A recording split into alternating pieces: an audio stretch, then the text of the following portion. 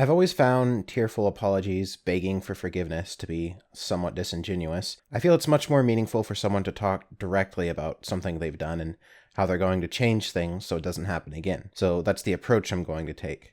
On some level, I feel like apologizing for things will only be met with hostility, but I also have a conscience that tells me I should be vocal about things I regret.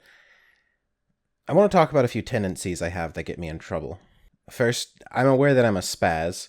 It was literally my nickname in high school. A lot of my bizarre behavior is purposeful because I try to be funny or endearingly odd, but I know that some people find it unsettling or it just makes them angry, and sometimes I just don't care. I've realized that I can't expect people to be considerate of my feelings if I don't care about theirs. All I can really say is that it's something I need to work on more. Another one of my tendencies is to oppose the status quo, even if there's no real reason to. If there is a popular opinion, I will most assuredly disagree with it or make an argument for the opposite side. I'm always the devil's advocate. I believe that it's important for societal growth for common beliefs and ideologies to be constantly reevaluated, but I'll admit that I've been unnecessarily combative about it at times. I've intentionally antagonized people under the guise of intellectualism. I've let my bitterness and stubbornness control me at times, and I want that to stop. The worst thing that I've allowed myself to do is get caught up in the YouTube algorithm.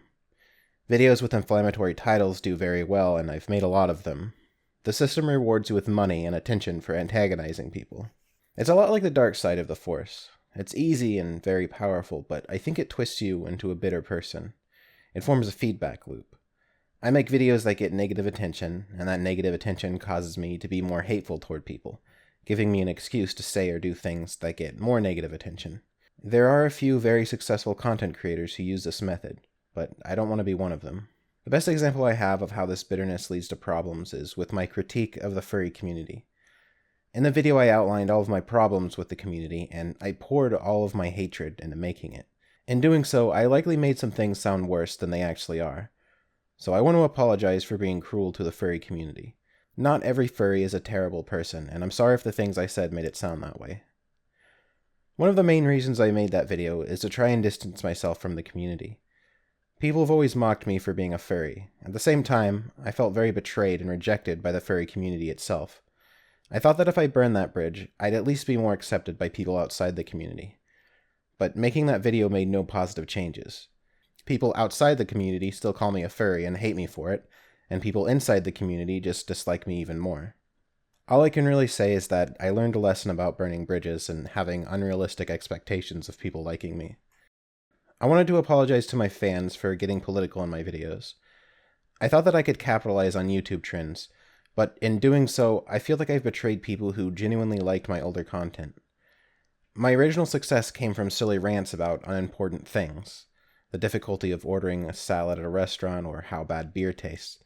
But as my videos became more and more political, the less silly and fun they became. Eventually, I was angry and depressed all the time, and I think a lot of my newer content shows that. Eventually, I just couldn't stand it anymore, so I unsubscribed from any YouTuber who I felt was too political with their videos. It was disappointing that I couldn't enjoy the content of several YouTubers anymore, because when they mentioned anything political, it just annoyed me. It made me realize how alienating some of my own content really was.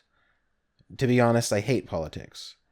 I have almost no interest in it, so trying to do any amount of research is an absolute chore, and I never feel educated enough to speak about it.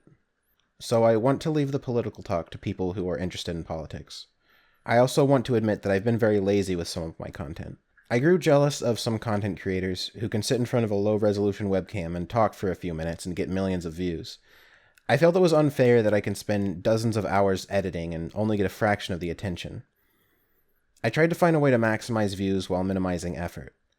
This is part of the reason why I started making low-effort videos with clickbait titles and thumbnails. But when my video about the furry community hit 1 million views, I didn't feel any joy over it. It was a hollow achievement. I felt like I had cheated to get it. Doing things for views has lost most of its appeal to me, and the lull in my content has mostly been because I still have to decide what is important. I've been very ashamed of my channel for a long time. The titles alone made me hate looking through my video list, so I decided to do something about it. I went through and watched a lot of my old videos, and if I didn't feel at least somewhat proud of it, I unlisted it. They are still viewable through playlists, but I just don't feel good about them being in front and center. Out of about 300 videos I've uploaded, I only kept about 50 listed. It made me realize that I only have ever made a handful of videos each year that I actually felt good about. Instead of trying to push out a video a week for views, what I should have focused on was maybe making one good video a month. In the end, I think I would have wound up with more good videos overall, and people would hate me less. It took me 4 years to figure that out. I know I've made a lot of mistakes, but I want to use them as learning experiences so I can grow and become a better content creator. I hope I've made that clear. Thank you for watching. There's one more thing I'd like to discuss. A certain video that has caused me a lot of grief and at the same time seems to have made me a bit of a meme, but I think that's best left for next time.